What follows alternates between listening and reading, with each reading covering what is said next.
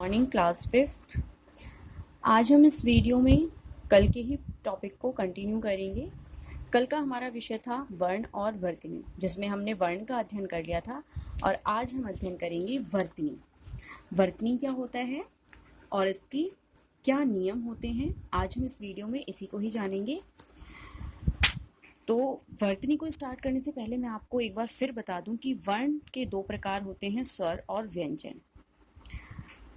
और वर्तनी किसे कहते हैं, तो चलिए अब हम इस वीडियो में इसी को ही शुरू करते हैं। लेकिन वर्तनी शुरू करने से पहले मैं आपको एक और चीज़ बताना चाहूँगी, जिसका नाम है संयुक्त व्यंजन। तो चलिए हम समझते हैं संयुक्त व्यंजन क्या होता है और उसके बाद हम डिस्कस करेंगे वर्तनी किसे कहते हैं। संयुक्त व्यंजन दो अलग अलग व्यंजन वर्णों के मेल से बने वर्ण को संयुक्त व्यंजन कहते हैं। ध्यान देने योग्य बातें हैं। दो अलग अलग व्यंजन वर्णों के मेल से, दो अलग अलग व्यंजन जब मिलते हैं तो एक नया वर्ण बनता है, उसी को ही कहा जाता है संयुक्त व्यंजन। हिंदी भाषा में 4 प्रकार के संयुक्त व्यंजन होते हैं, छ, त्र, ज्ञ, श्र। अब आप देखेंगे कि किस तरह से ये व्यंजन वर्णों के साथ मिलके बने हैं। जैसे कि छ कैसे बना है, क, श और अ को मिला के बना है, श से क्षत्रिय। ज्ञ कैसे बना है, ज, इय और अ को मिला के बना है ज्ञ।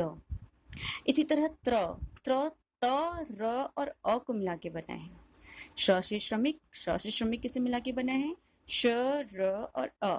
ये जितने भी आप देख रहे होंगे नीचे हलंत लगा हुआ है, इसका अर्थ होता है कि ये अक्षर आधा हो गया है और ये आधा होने के बाद अगले अक्षर से मिला है। जैसे कि श आधा श, आधा र और र से मिल गया, र में अ मिल गया तो र पूरा बन गया। तो आधा श र मिलके बना है श्रमिक। इसी तरह ये चारों संयुक्त व्यंजनों का निर्माण होता है। तो आपने जाना संयुक्त व्यंजन किसे कहते हैं, जब दो अलग अलग व्यंजन वर्णों के मेल से बने वर्ण मिलते हैं तो संयुक्त व्यंजन बनते हैं।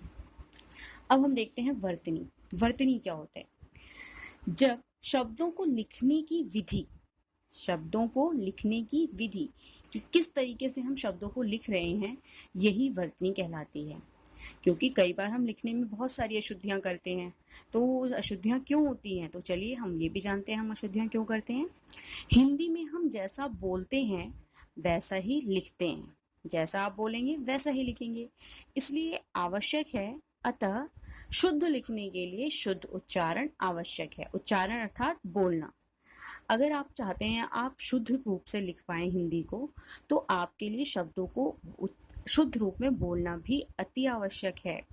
क्योंकि हिंदी के साथ ऐसा ही होता है, हम जिस प्रकार बोलते हैं उसी प्रकार हम लिखते भी हैं। कई बार आपने देखा होगा विद्यालय एक शब्द है, विद्यालय, कई बार इसे विद्यालय बोलते हैं और बच्चे इसे ध ही लिखते हैं, जबकि ये ध नहीं होता, ये ध नहीं, इसकी जगह पर होता है ये द। तो आपको जब आप सही बोलेंगे तो आप सही लिखेंगे, अगर आप गलत बोलेंगे तो आप गलत लिखेंगे। तो वर्तनी हमें क्या बताती है, शब्दों को लिखने की विधि ही बताती है कि किस तरह से शब्दों का निर्माण किया जाना चाहिए। क्योंकि कई बार होता है कि कोई शब्द हमें एकदम सेम सा लगता है, लेकिन उसके तीनों ही बार अर्थ अलग होते हैं, या 2 बार हो तो 2 बार ही अलग होते हैं उसके अर्थ। चलिए एक हम उदाहरण के साथ इसको समझते हैं। देखिए यहाँ पे उदाहरण है सम्मान, सामान, समान। अब आप यहाँ देख रहे हैं कई बार इसमें बोलते वक्त इसके अंदर त्रुटियां आ जाती हैं, इसको एक ही समझ लिया था, जबकि तीनों बार इसका अर्थ अलग है। सम्मान का अर्थ है आदर, सामान का अर्थ है वस्तु और वहीं समान का अर्थ है बराबर। सम्मान, सामान, सामान, समान। चलिए अब वर्तनी को कैसे शुद्ध लिखा जाए, तो इसके लिए कुछ नियम होते हैं। चलिए उन नियमों को देख लेते हैं। सबसे पहली और प्रमुख बात होती है वर्णों की बनावट। वर्णों की बनावट ठीक होनी चाहिए। किस तरह से वर्णों का बनाया जा रहा है, उनको क को किस तरह बनाया जा रहा है, अ को किस तरह बनाया जा रहा है, ख को किस तरह। क्योंकि अगर मान लीजिए आपने ख लिखा है, ख आप इस तरह लिखते हैं ख, ये अगर ख लिखा है तो ठीक है। अगर आपने ये इस तरह से लिखा है ख, तो इसका अर्थ कुछ और ही है। रवा, रवा भी पढ़ सकता है कोई इसे। तो इसलिए हमें वर्णों की बनावट का भी ध्यान रखना चाहिए।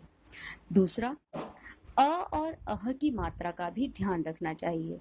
कई बार क्या होता है, एक शब्द होता है अंत, एक होता है अतः। कई बार बच्चे जानकारी के अभाव में दोनों को ही अंत पढ़ते हैं, जबकि एक होता है अतः, उसमें अह की मात्रा होती है, और एक होता है अंत। तीसरा पॉइंट है, अरबी, उर्दू तथा अंग्रेजी के शब्दों में ज और फ के साथ नुक्ता अवश्य लगाना चाहिए। नुक्ता अर्थात ये बिंदु हमें हमेशा लगाना चाहिए जब हम अरबी, उर्दू और अंग्रेजी के शब्दों का प्रयोग करें। तो चलिए आज का गृह कार्य देख लेते हैं। आपको संयुक्त व्यंजन से संबंधित ही गृह कार्य है आपका। संयुक्त व्यंजन वाले दो दो नए और शब्द बनाने हैं आपको। दो शब्द बनाने हैं, श्र, छ, त्र, ज्य से संबंधित। तो ये आज आपका होमवर्क है।